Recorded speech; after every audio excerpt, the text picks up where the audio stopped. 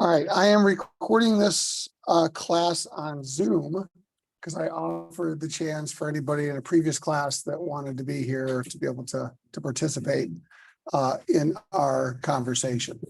So what we're going to be focusing on today, and I'll go ahead and share my screen, is here on Elms under the files folder.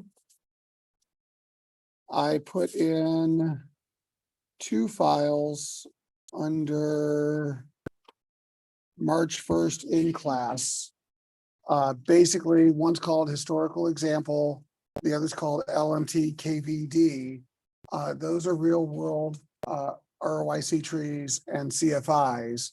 And what I really want to do today is practice. So practice going through the ROIC tree analysis, practice through going through the CFI analysis. Now, in the previous class, I actually started with the Lockheed Martin one first, but we're going to do that second because I want to make sure that in the first example, it goes through both the analysis for the ROIC tree and the CFI. All right, so the two companies in there, so you want to download those files, are Johnson Controls and Emerson Electric. Okay, so well, I'll give you a chance to do that, just a couple of things. So first of all, in a couple of weeks, you're going to be doing your second group project presentation on Parker-Hannifin, okay? And based on the last class, it'll be Parker-Hannifin and one of their peers. Okay, so you're going to do a benchmarking exercise, not only analyzing them, but analyzing them against their peers, kind of like what we're about to do in class today, okay? And you'll have to do both the ROIC tree and the CFI in 10 minutes, similar to the last one, right?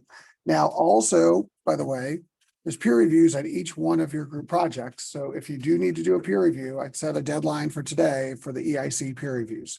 And so if you think somebody in your team didn't contribute fully, you can put in the percentage of their effort they did contribute into the peer reviews. And again, if two of your peers review you negatively, I will adjust a team grade. Okay? Otherwise, everybody gets the team grade.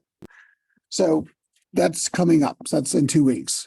Next week on Wednesday, 1 week from today, you're going to take the midterm exam. All right. And what the midterm exam is primarily going to be is an economic statement conversion. All right. So I posted the solution to the economic conversion homework.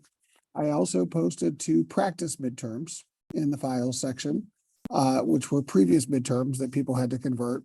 I'd strongly recommend practicing. Don't look at the solution, try and convert them first, then look at the solution because you have about the midterm and the solution.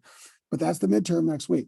So you'll have 90 minutes. So take the midterm exam during the class time that you're registered for. So this is the 3:30 section. So you'll take it between 3:30 and 5 o'clock. The exam will open at the start of your class time, in your case, 3:30. It'll close at 5 o'clock. You'll download the Excel file. It'll basically be an income statement and a balance sheet. You'll convert it into the 4 economic statements and you'll upload that file. Okay. Now, because it's online, you'll have to use Elms in order to do this.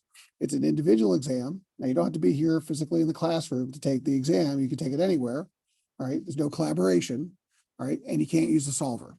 All right. So you can't basically take the exam, put the data into a solver, solve it, and then submit that as a solution. So you have to convert the file yourself based on what I give you. So therefore, you got to submit it in the file that I gave you. You can't submit some other file. All right. So that's the exam. Yes. You don't physically have to be here. So just, you want to do it from the comfort of your couch. You can do it at your apartment. That's fine. Just someplace where you have a good internet connection and hopefully a little peace and quiet. But you'll have to do it during class time, right? You'll download it from Elms. You'll submit it on Elms. We'll call midterm exam. And then the other thing is, if you have any technical difficulties submitting the file, like I expect that in your case, 5 o'clock is when it's due. At 5:02, you send me an email, say, Professor Perfetti, I couldn't submit my file. Here it is.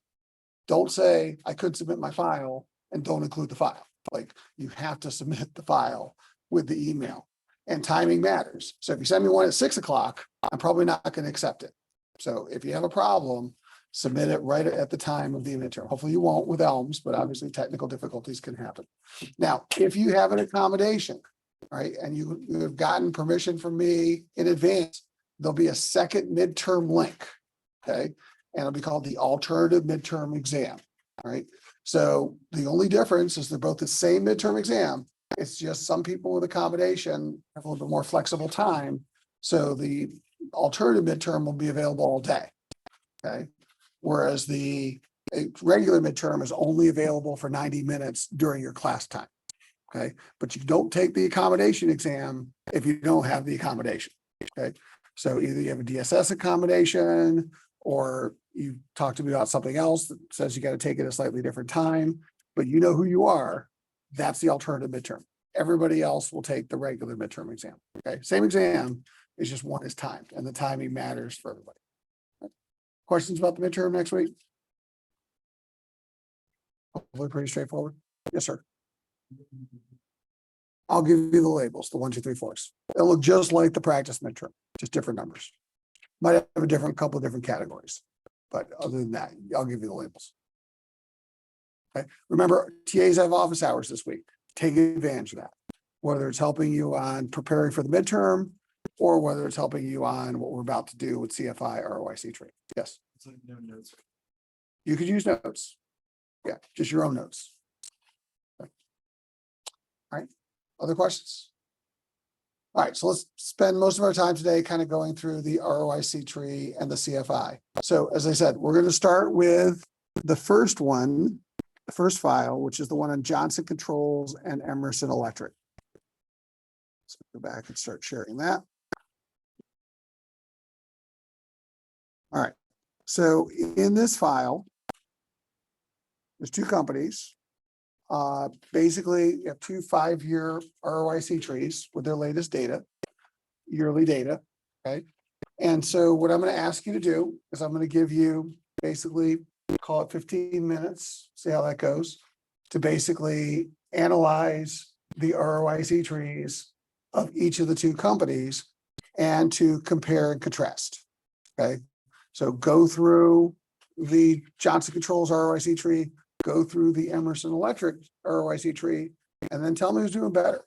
Like who has the higher ROIC and why. What's going to be very important, because it's going to be very similar to your assignment homework due on Monday, which I'm also going to publish sometime by the end of class today, the company, because I've got questions like it says company X. Like I didn't put the company out there, but I will soon.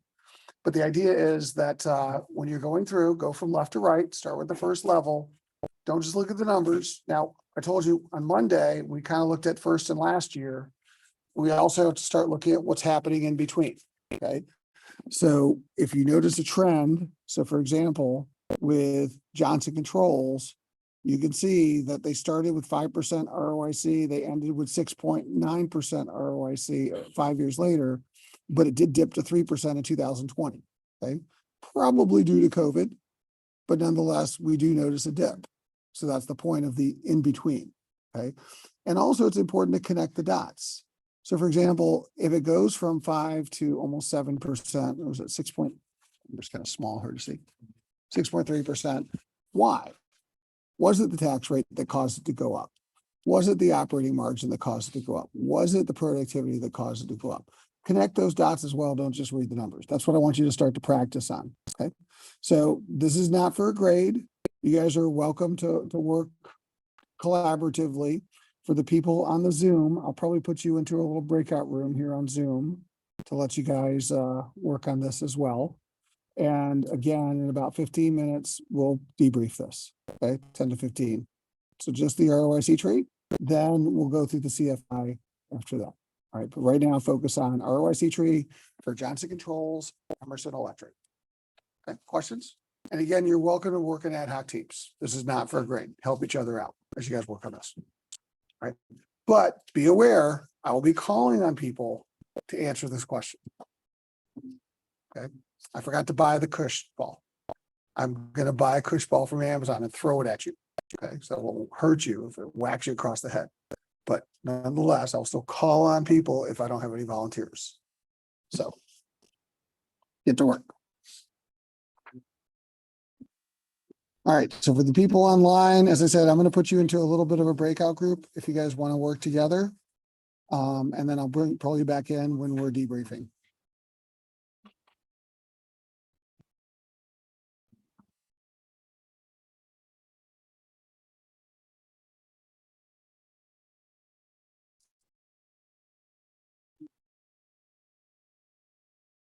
All right, so let's get started. Let me go back and share my screen again.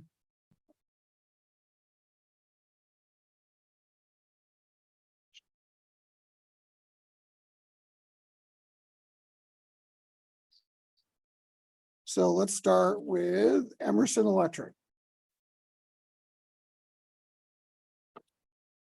Does anybody want to do the first level drivers for Emerson? First level walk through the ROIC tree. Great, thank you for volunteering. So their end of year ROIC from 2018 to 2022 decreased from 16.7% to 8.3%. And then, so I think it decreased partially because the cash tax rate increased from 16.6% in 2018 to 22.6% in 2022. And then their operating margin actually increased, which would increase the ROIC, but it didn't obviously. So their operating margin increased from $1.162 to 0.19. And then I think the biggest reason why their ROIC decreased was because their invested capital to sales increased a lot from 0.81 in 2018 to 1.779 in 2022, which means they had to invest almost like an extra $1 to generate their sales per dollar. Okay, very good high level start. So I think you kind of nailed it. The invested capital to sales is where really hurt the ROIC the most. So just a couple of follow-ups. If I go back to the end of year ROIC, the after-tax one, you said it dropped from 16.7 to 8. When did it drop the most?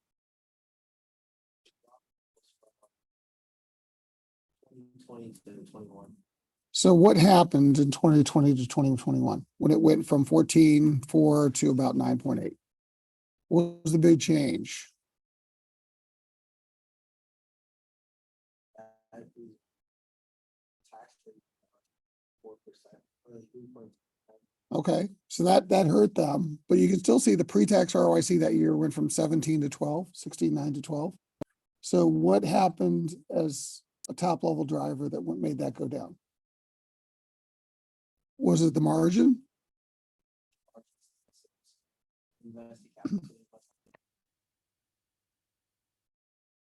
So something jumped in the invested capital to sales between 20 to 21.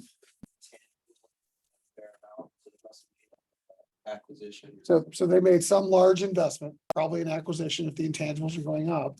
But that's the point. Like the ROIC went down, but it kind of stepped down in that year. And it looks like it was a year they made a big acquisition. Because that year, as you said, the margin didn't change. It was really just the worsening productivity over time that was continuing to erode their ROIC. And they took a big step down in ROIC when that productivity number, amount of money they spent, shot up. That's what I mean by connecting dots. Okay. And that's what I mean by talking about the intermediate numbers. I don't need you to name every single year, every single number, but I do want to kind of hear if there's see a trend. And there was a trend here, and the trend was not declining. He had that, but also when did it really decline? So straight line down. This wasn't 45 degrees straight down. Like they had a big step down in one of the years, and again, connecting the dots in the second level, probably to an acquisition. We see that. All right, so somebody want to help me on the margin? Why'd their margin go up from 16.2 to 19? Somebody else. Over the 5 years. What happened on their income statement that allowed them to make more money when they sold something?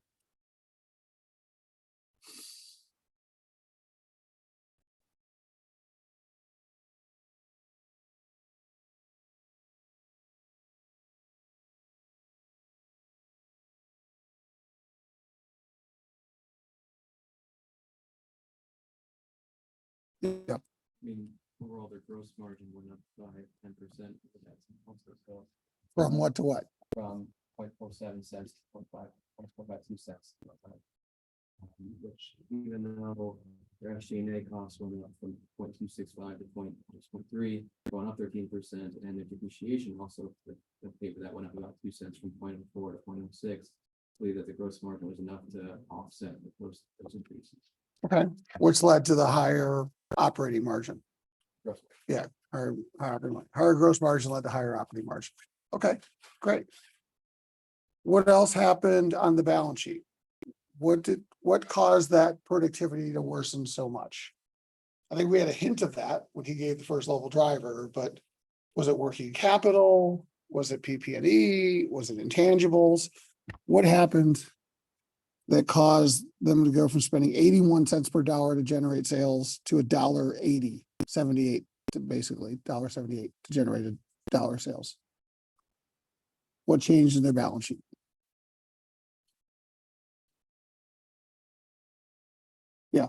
I mean, like we said before, the intangibles increased drastically from 0.52 cents per dollar to $1.49. And they went up in a couple of big steps. Yeah. So it looks like more than one acquisition was probably made by Emerson. Okay, what about PP&E? What happened to PP&E over the 5 years?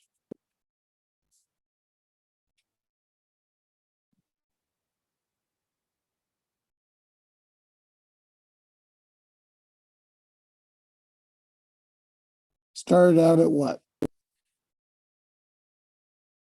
20? Ended at 19? So that's a little bit better.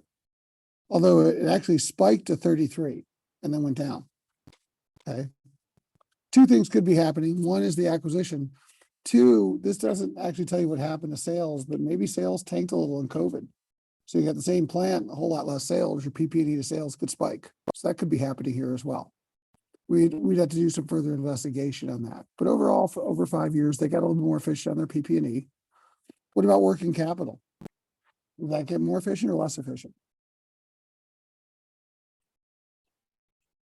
Less. They're now spending almost 10.6 cents per dollar on working capital. They used to spend 8. And again, a lot of that surge seemed to happen between 21 and 22. Yes, sir. Why don't we use the PPE as a operating cap as a ratio? If, like you said, if sales tank, then we see spike. So then Well, I mean, the short version is we always like when we do ratio analysis to put things in the common size, percentage of sales, percentage of total, so that we can compare across periods and to some degree across companies of different sizes. But you actually highlight the point that there are limitations when you do percentage of sales. Because, for example, if sales drop, then suddenly those percentages look a lot worse, even if you're not spending any more money. So that's what I'm saying. We got to be always sensitive to limitations of the analysis that we do. So that's why it's like, well, maybe PP&E sales got worse because they spent a lot of money on facilities and didn't use it. Maybe it got worse because sales just tanked. So don't know the answer to that. I could do more investigation, but I at least want to be aware if I see a big jump or a big spike. Okay. All right. What about, so good with Emerson? What's going on with Johnson Controls?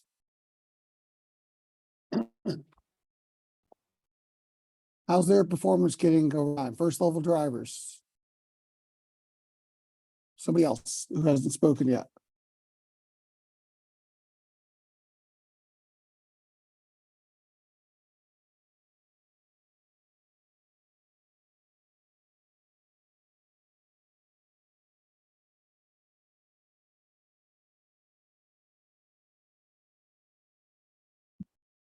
You look like you want to talk. Yes. Sure. So I'm looking at this mid-year ROIC and see that 2022 and in 2018 it's 5.1%, so it's 21.6% increase. And let's take a look at the first drivers. So we have the end of year pre-tax ROIC. You can see that that's increased from 5.9% to 6.2%. So it's definitely contributing to the increase of our end of year ROIC. Then we have our cash tax rate. So that goes from 12.7%. I can't really see. It's like negative 0.8%. Okay, So basically a refund. all right, so I'm not too sure how that works actually, so they're getting back. Yeah, the government's actually giving them money as opposed to them paying the government for taxes. Did that come from like a subsidy or they're losing money? Subsidy, credit, some deferred taxes that maybe aren't being paid right now. Yeah. A lot of reasons for that, but the point is they didn't pay any taxes in 2022. All right, well, good for Johnson Controls, they're getting money back from the government, so that's definitely gonna help their year. Absolutely. There we go further. Or? Yeah, why is the pre-tax going from 5.9 to 6.2? Was it margin or productivity? Both? What? 7.6 to 0.052. So that means their operating margin has actually decreased -4.4%. So working out that Okay. invested capital is over sales. So that's from negative or 1.283 to 1.068. So that could decrease. So we're thinking that means that the company is making more or spending less to make their sales. So that has a helpful effect on their end of year ROIC. So normally when you see a drop in margin, that should be hurting your ROIC. So their margin went down. But in this case, they offset that because their productivity got a lot better. So here's a good example of the opposite of what we saw with Emerson. With Emerson, they were spending like drunken sailors on shore leave, like just buying everything up, right? Johnson Controls was going the other direction. It was getting a lot more productivity over the 5 years. And as a result, it got more efficient. Everybody see that? Okay, so that's why their ROIC went up a little bit. It would have gone up a lot more if their margin didn't also come down. Okay, so they're getting less at every sale, as he said, but they're also spending a lot less to make the sale, right? Emerson's the opposite. They're spending a lot more to make every sale. And they're making a little bit more in sales, but they spent so much more to do it, it kind of offset it the other direction. Everybody see the difference? Okay. Yes. So why do you think their tax rates like decreased so much in 2019? There's another good point. It's not just, if you look at tax rates, not just 22, they got a refund. They got something else happen in 2019. So again, this is why we would do some further digging.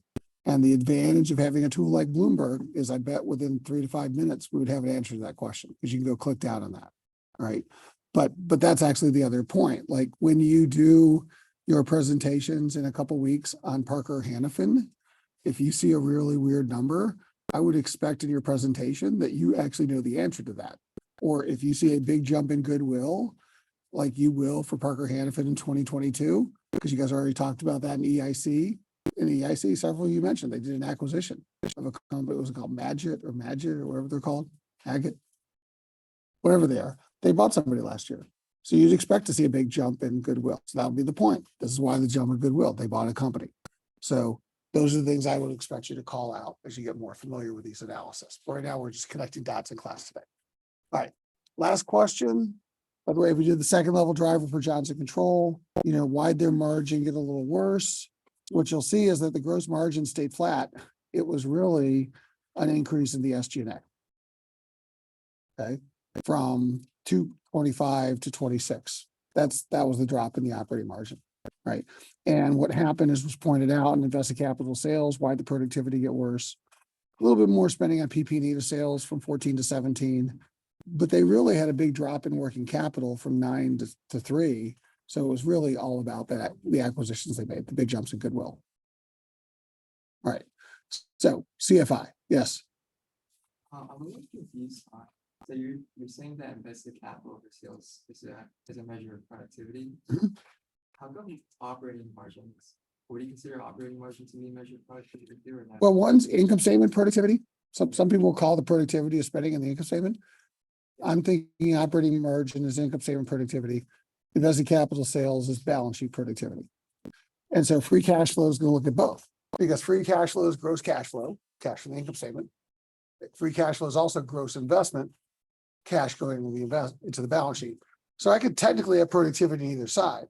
But the idea is that if I'm more efficient on my balance sheet, because I can do more with less, or I can do things faster, or I can do things with less resources, then that actually allows me to have lower levels of investment to get more stuff done. Okay, give you an old example. This is an old example. But in the airline industry, I'm gonna give you two key data points. This is about 15 years ago. 46 and 19. 46 and 19 minutes. What do you think took 46 minutes in the airline industry a decade ago? Well, over a decade ago. 46 minutes, key number. Yeah. How long to turn around a plane?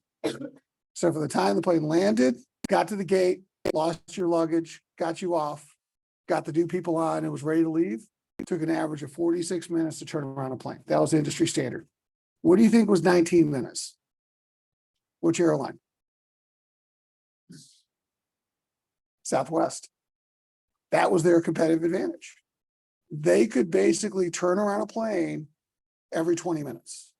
The rest of the airlines would take almost an hour. Okay. And so the point is, at Southwest, which made shorter hops, over the course of the day, what that led to is 3 more hops, 3 more segments. So Southwest Airlines' traditional competitive advantage was that they could take the same 737 and they could go to another 3 cities every day with a plane full of passengers. And that's how they did better than American, Delta, and United. And it wasn't that they had anything different. It's just that they could use the same plane more efficiently. And that turned into competitive advantage. And they did really, really well with that until they made a strategic mistake. Do you know what Southwest strategic mistake was? It's called Philadelphia. All right. They went to Philadelphia as a major hub. Then they went to BWI as a major hub. Why was Philadelphia such a tragic mistake? Because it has the worst delays in the country. It doesn't matter if you can get the plane off the gate in 19 minutes if you're 15th in line to take off and you're stuck on the runway with air traffic control. Because one of the things about Philly is jammed between New York and DC. DC's got 3 airports. New York's got 3 airports. Philly's got 1 airport. Philly is always deprioritized to New York or DC. So it has some of the worst delays in the country because of that. And so when Southwest decided to open up a giant hub in Philadelphia, it killed their turnaround time advantage. That's why their financial performance today is not as good as it used to be. And you can see a much higher invested capital to sales because they can't use the same plane nearly as often as they used to. Okay. But what I'm telling you is take all that out. Historically, they were fast. And it would show up as low invested capital to sales. Does that make sense to everybody? Okay. So I do want to make sure we get a chance to look at CFI. So take 10 minutes and go through the CFI of each of these 2 companies, Emerson and Johnson. Again, start with free cash flow. If free cash flow positive, why is it positive? All right. And then more importantly, what they do with the money. If free cash flow is negative, why is it negative? And where did that money come from? If they're going to have negative CFI, they're going to go borrowing. Okay. So let's take about 10 minutes, start looking at the CFIs, and then we'll quickly wrap that up. Again, same thing for the people on the call here today. I'm going to put you back in a breakout room. And sharing is enabled.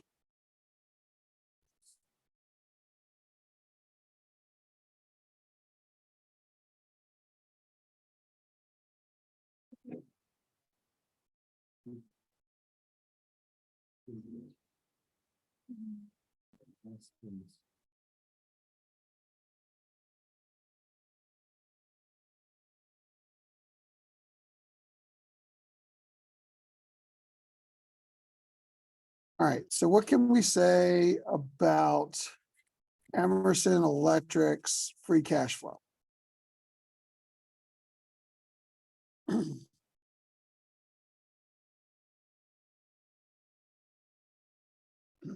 It's positive or negative?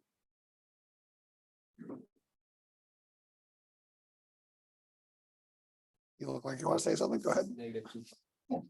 Okay, so why is it negative 2.1? It seems because even though they had free cash flow for goodwill of 11.1 billion, they invested a lot, specifically really lagged in 2022 of 9.9 billion, giving them 13.3 billion in overall investments in goodwill, which is more than their free cash flow 500 mil, therefore the free cash flow is actually negative. Yeah.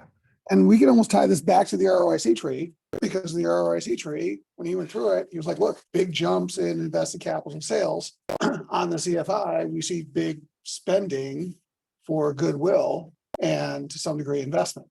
And so that would be the point, is that huge investment, much higher than their gross cash flow, that drove the investment and basically led to negative free cash flow, most of which seemed to occur primarily in 2022.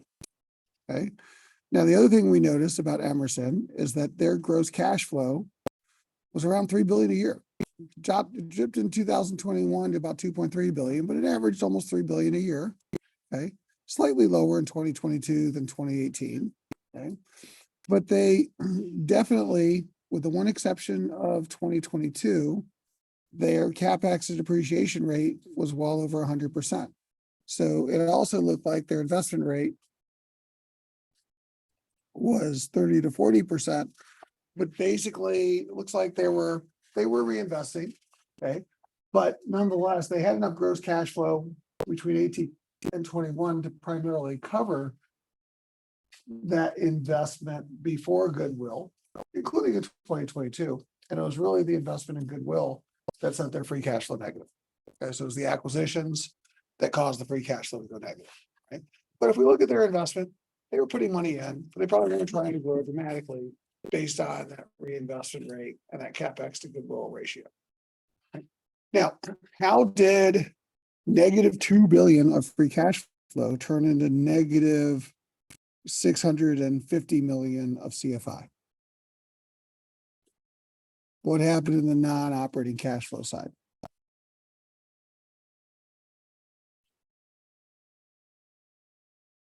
Where do they essentially generate net $1.5 billion worth of cash to get to the CFI?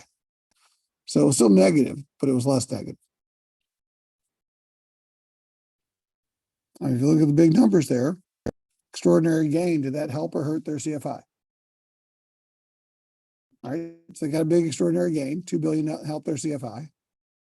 What happened with excess cash? That 1.2 billion. They took away from excess cash. They basically used some of their excess cash. Now they did invest in some non-operating assets of 2 billion, but net they had 650 million of negative CFI. Okay. So what did they do on the financing side? And obviously they paid 658 million in interest. What happened to the debt? Is that 6210 increasing in debt or paying off debt? All right, they increased a lot of debt, 6.2 billion. A lot of it occurred in 2022, 3.6 billion. Probably because they did the acquisition in 2022. Matter of fact, they also increased the debt in 2020 by 2.3 billion. Okay. Now, they also had an increase in minority interest of almost $6 billion.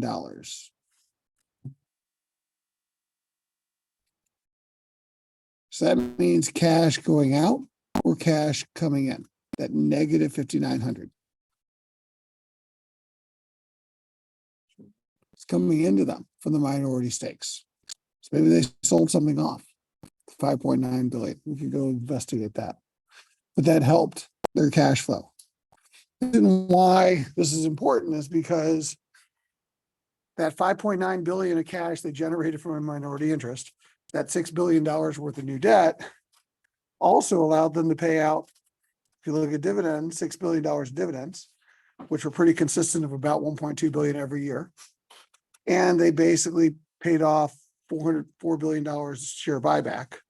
That's about $10 billion, right?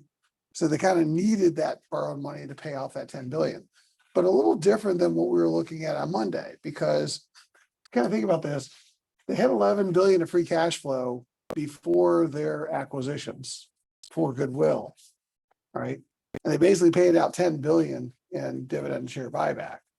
So really, if you kind of really think this through, the reason for the debt issue was not to buy back the shares, it was to buy the company, whatever they bought.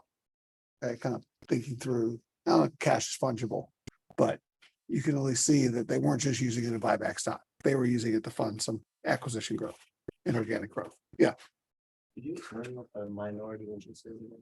So remember, minority interest comes from on the income statement and the balance sheet. When I own another company, but I don't control it. So I have less than a 50% interest. So what I report is I report the ownership that I have that, so what's gonna happen is, think of it this way. Minority interest in the balance sheet will be, I own less than 100%, but more than 50, I control it. So I'll report out the amount that I owe to the minority shareholder. Okay, so they're a minority shareholder in my company where I don't control the whole thing. And then any distributions I give them will be a minority payment on the income statement. Right? Now, in this case, if their minority interest fell, which is why they probably generated cash, you can see that this minority interest came from the balance sheet. Okay, so translation, it looks like they probably sold something that had a minority stake and they got some cash out of it. Okay, but we could go click on it as a Bloomberg, do some additional research. All right, so really quickly, let's jump over to Johnson Controls, just as a compare and contrast. All right, so Johnson Controls, free cash flow, positive or negative? Way positive. It's almost $15 billion. 14,987. Okay. So for Johnson Controls, they had 10.5 billion of free cash flow before goodwill, negative 4.4 billion from goodwill. So it looks like they might be selling some assets. Okay. So that allows them to generate more cash, $15 billion. Right. Now, if I go higher, they generated 11.4 billion in gross cash flow. They didn't really invest a lot, 900 million, an 8% reinvest rate, because in 2018, something kind of weird happened, and it looks like they divested a bunch of assets. They negative invested in their facilities. All right. But if I look at the ratio to CapEx depreciation, it was pretty strong in 2020 and 2021 at 210%, 142, but then it dropped 65% in 2022. So if I could kind of summarize, what looks like is happening is they're not really investing, and their investment rate started to plummet in 2022 as well. And the ratio of CapEx depreciation plummeted. So they're not expected probably to have a huge amount of growth going forward. Right. That's kind of the way I would kind of interpret that as a signaling effect. Right. Because if they thought they're going to be growing a lot, they probably would have spent a lot. They're not really spending much. So they're just going to sell what they got as opposed to trying to add more. Okay. Now, they also seem to be disinvesting. The goodwill keeps going down. All right. So they don't look like Johnson Controls. They're not doing what Emerson is. Emerson's buying stuff. Emerson's spending money. These guys are going the other way. They're getting rid of stuff. Okay. Now, 14.9 billion of free cash flow becomes 22 billion of CFI. How'd that happen? They had a big extraordinary gain of almost 5.7 billion, 5.8 billion. Most of it occurring in 2019, almost 4.6 billion of it in 2019. Okay. That got them to 22 billion of CFI. Now, what did they do with their debt? Yeah, they paid off debt. They paid off $3 billion worth of debt. They also paid out $4 billion worth of dividends and bought back $11 billion worth of stock. So if you kind of think about this, here's a company that looks like they're selling some assets, not really making huge investments, and they're taking all that cash and they're paying off their debt, they're paying off their equity. So unlike the other companies which have been borrowing debt to buy back stock, here's an example of a company that's been paying off everybody. Get rid of the debt, get rid of the equity, distribute a bunch of cash, right? Now, again, to me, signaling effect, if I look and compare that with what I see going on the top of the CFI, that doesn't suggest a lot of growth, right? So it's almost like this is a cash cow. They're taking all that cash, they're giving it back to the investors. They're not reinvesting for growth here. Right, because I don't see any investment on CFI, don't see any investment relative to depreciation. I see some disinvestment in goodwill, and I see all that cash going out, Is it a possibility if they can do this to try to go private? potentially. Maybe they're dressing themselves up for sale. That's another possibility as well. But what I'm saying is, with Emerson, we see like a little bit of an investment story. With Johnson Controls, we don't see as much of an investment story. All right. And maybe they're just considering that they're just, fat, dumb, and happy, and they just like generating cash and paying it out. They're not trying to grow that much. Right. But nonetheless, we can see the story of what's going on in the business by looking through the ROIC tree and the CFI. Starts to tell a story. Okay. Not the whole story, but that's what I mean by connecting some dots. Okay. Hitting the key areas, talking about the changes, trends that you see, big numbers of the trends usually, and then what might be behind the trends. And some of it might be more questions. That's okay. All right. So that was just a quick summary of Johnson and Emerson. Yes, sir.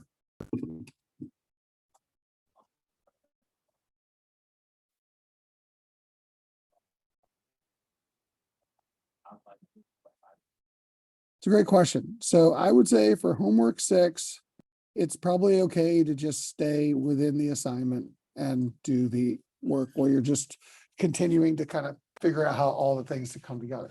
But homework 7, and to some degree your group project 2 weeks from today, then I would say it would be important to go beyond the numbers and put the real world context. And don't get me wrong, if you want to go to real world context with homework 6, that's great.